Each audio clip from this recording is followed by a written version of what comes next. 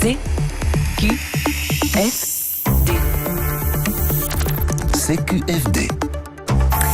Bienvenue dans CQFD, votre rendez-vous de débat et de décryptage. 2021 pointe le bout de son nez. On vous propose donc un petit récapitulatif de l'année 2020 concernant ici le climat et les événements à ce sujet n'ont pas manqué. Record de température, la fonte impressionnante de la banquise, l'Union européenne qui s'est aussi accordée sur un objectif de moins 55% d'émissions de gaz à effet de serre d'ici 2030 et puis l'arrivée du coronavirus qui nous a aussi enseigné quelques leçons pour lutter contre le changement climatique. On en parle ce soir avec un invité, François Massonnet. Bonsoir. Bonsoir. Vous êtes climatologue et chercheur qualifié FNRS à l'UC Louvain. Merci d'être avec nous ce soir. CQFD. Alors François Massonnet, on va commencer par quelque chose qui est très perceptible et qu'on a tous ressenti cette année. Ce sont ces records de température et de chaleur chez nous, mais aussi à travers le monde. Oui, l'année 2020 en fait continue son chemin par rapport aux autres années, c'est-à-dire qu'on est en train de collecter les dernières données pour pouvoir faire la moyenne sur 2020 et savoir si 2020 sera première, deuxième ou troisième. Mais donc on s'inscrit bien dans une logique de record, en tout cas d'un top 3. Au niveau belge, on a certainement une année qui va être l'année la plus chaude depuis le début des relevés.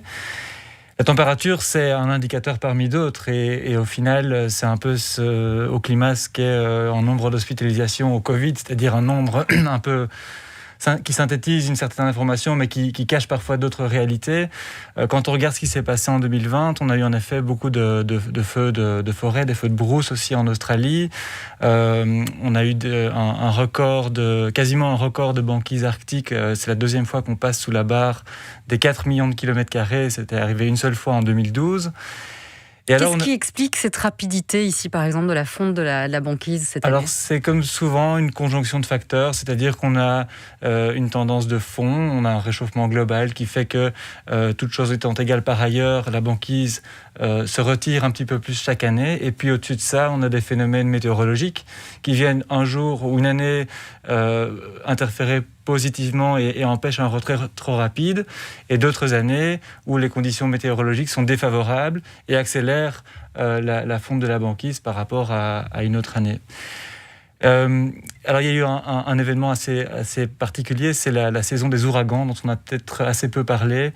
2020 a été une saison record. Mais souvent c'est très éloigné de chez nous et donc c'est très difficilement palpable en fait. C'est vrai que quand on l'annonce aux informations, un ouragan, on n'en connaît pas chez nous. Donc, on n'en connaît pas chez nous et on n'en voit pas toujours les traces chez nous. Pourtant nos voisins, si je peux dire, les Américains, eux, c'est quelque chose qui les concerne très fort parce qu'un ouragan qui arrive sur leur terre, ça peut faire énormément de dégâts et donc des soucis financiers. Donc on a eu cette année 30 tempêtes tropicales qui ont reçu un nom. Les tempêtes tropicales reçoivent un nom quand elles sont suffisamment fortes. Et ça, c'est un record absolu dans les relevés qu'on a. Et alors, il y a une chose qui est assez ironique, c'est que normalement, donc on donne un nom à ces tempêtes. On a manqué de lettres dans l'alphabet pour arriver à donner un nom aux dernières. Donc, on a commencé à épuiser les lettres de l'alphabet grec. Donc, on a eu des tempêtes tropicales ou des ouragans, alpha, bêta, gamma, etc. Ah ben voilà l'explication d'où viennent ces noms de tempêtes. Et on considère que c'est une tempête tropicale à partir d'un certain niveau de vent. Question de vitesse du vent, question d'énergie accumulée au niveau de la dépression elle-même. Est-ce que ce que vous dites, donc les ouragans, les incendies, la fonte de la banquise, ce sont des signes du réchauffement climatique qui est provoqué par l'homme ? Il faut toujours être prudent et décortiquer au cas par cas, mais sur la température, il n'y a aucun doute. Sur la température moyenne, il est évident que l'augmentation de température qu'on observe depuis plusieurs décennies et le fait qu'on batte des records comme ça est indubitablement lié au fait qu'on a augmenté les concentrations de CO2 dans l'atmosphère. La banquise arctique également. On n'aurait jamais pu observer de telles réductions sans avoir ce facteur explicatif de concentration de CO2. Les ouragans, c'est un peu plus délicat, mais les projections climatiques montrent tout de même que la fréquence et l'intensité des ouragans va augmenter dans le futur. Donc ça va dans le sens de la compréhension scientifique qu'on en a actuellement. Par contre, des éléments comme des tempêtes, telles que la tempête qui nous a balayé le week-end passé, c'est beaucoup plus difficile de faire un lien. C'est ça. Cause à effet. Autre chose donc, qui a été marquante cette année par rapport au climat, donc la COP26 a été reportée à l'an prochain en raison du Covid. En attendant, l'Union européenne s'est quand même accordée sur un objectif de moins 55% d'émissions de gaz à effet de serre d'ici 2030, assorti de la neutralité carbone pour 2050. Qu'est-ce qu'on retient de ce sommet ? Est-ce que c'est positif tout ça ? Est-ce que ça va dans la bonne direction ? Je crois qu'il faut saluer quand même le côté volontariste de ces décisions, c'est-à-dire que l'Europe s'affiche maintenant comme un modèle dans le monde entier pour ce genre de perspective. Donc vous l'avez rappelé, l'objectif absolu de l'Union européenne, c'est d'arriver à une neutralité carbone d'ici 2050. Et une manière de vérifier si on est sur la bonne trajectoire, c'était, avant ces décisions, c'était d'essayer de réduire les émissions de CO2 par rapport au niveau de 1990, qui est une année de référence, à 40%. Et ce qui vient d'être décidé au début de ce mois, c'est de rehausser ces ambitions de moins 40% à moins 55%. Donc ça va évidemment dans le bon sens. La question est, d'abord, comment est-ce qu'on va mettre en place des politiques qui vont assurer... Est-ce qu'on a les moyens de nos ambitions ? Exactement. Et là, évidemment, cette augmentation, cette réélévation du niveau de 40% à moins 55%, elle a été proposée par les différents pays et approuvée par les différents pays. Donc, il y a une base tout de même nationale où on a une sorte d'assurance que c'est possible. C'est pas encore dit qu'on va le faire, mais en tout cas, c'est quelque chose que les pays soutiennent comme quelque chose de possible. L'autre chose, c'est que l'Union européenne, au final, elle compte très peu dans le monde entier en termes d'émissions. Elle est à moins de 10% sur les émissions globales, avec d'autres géants comme les États-Unis, la Chine, l'Inde, des pays émergents. Donc, je crois beaucoup en la valeur d'exemple de l'Union européenne. On va se dire, voilà, ils sont capables de le faire, donc nous aussi. Mais seule l'Union européenne n'arrivera jamais à infléchir la courbe de température, ça c'est évident. On attendra la COP26 de voir un peu ce qui se dira à ce moment-là. Est-ce que finalement, on devrait... davantage contraindre les pouvoirs publics au respect de leurs propres engagements, finalement, non ? C'est tout le problème, c'est que actuellement le cadre juridique n'est pas très bien défini. Il y a des ambitions, il y a une volonté d'aller vers une certaine destination. La trajectoire n'est toujours pas très claire, c'est-à-dire qu'on ne sait pas très bien comment on va mettre en place ces mesures. Donc toute la question de la gouvernance climatique, la question de la manière dont on met ça en place est en fait le début de tous nos soucis. Mais on doit quand même saluer le fait qu'on a maintenant une mission, une trajectoire qui est très, très claire et ambitieuse. Vous parliez de la Chine et des États-Unis. On a ici un changement qui va arriver par rapport à la présidence des États-Unis avec Joe Biden qui arrive. Est-ce qu'on va là voir complètement un changement, vous pensez ? Tout dépend de la manière dont lui va prendre le problème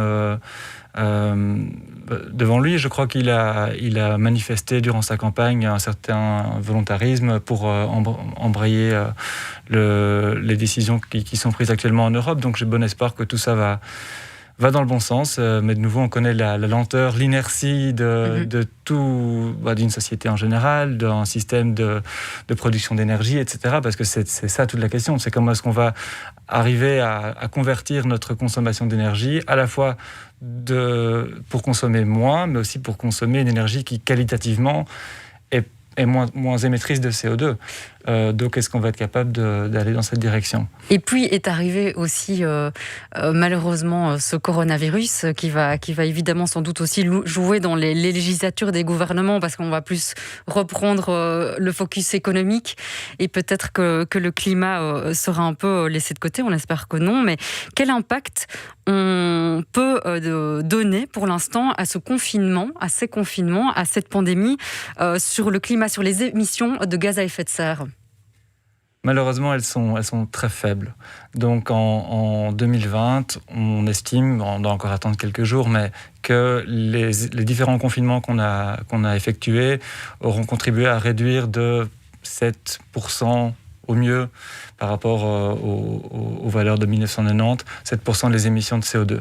7%, c'est précisément les réductions qu'on doit consentir chaque année en émissions pour espérer rejoindre les objectifs de Paris de 1,5 degré. Seulement, c'est quand même un chiffre important. C'est un chiffre important. Ouais. Seulement, l'année 2020 est particulière et c'est la seule année où on aura, j'espère, un coronavirus ou en tout cas une crise de cette ampleur. Et donc il faudrait répéter cette crise, ou en tout cas les réductions qu'on a observées cette année, il faudrait les répéter, transposer chaque année, jusqu'à arriver à la neutralité carbone, pour voir en effet. Malheureusement, en fait, tout dépend de comment va se passer 2021 et 2022 et les années qui suivent.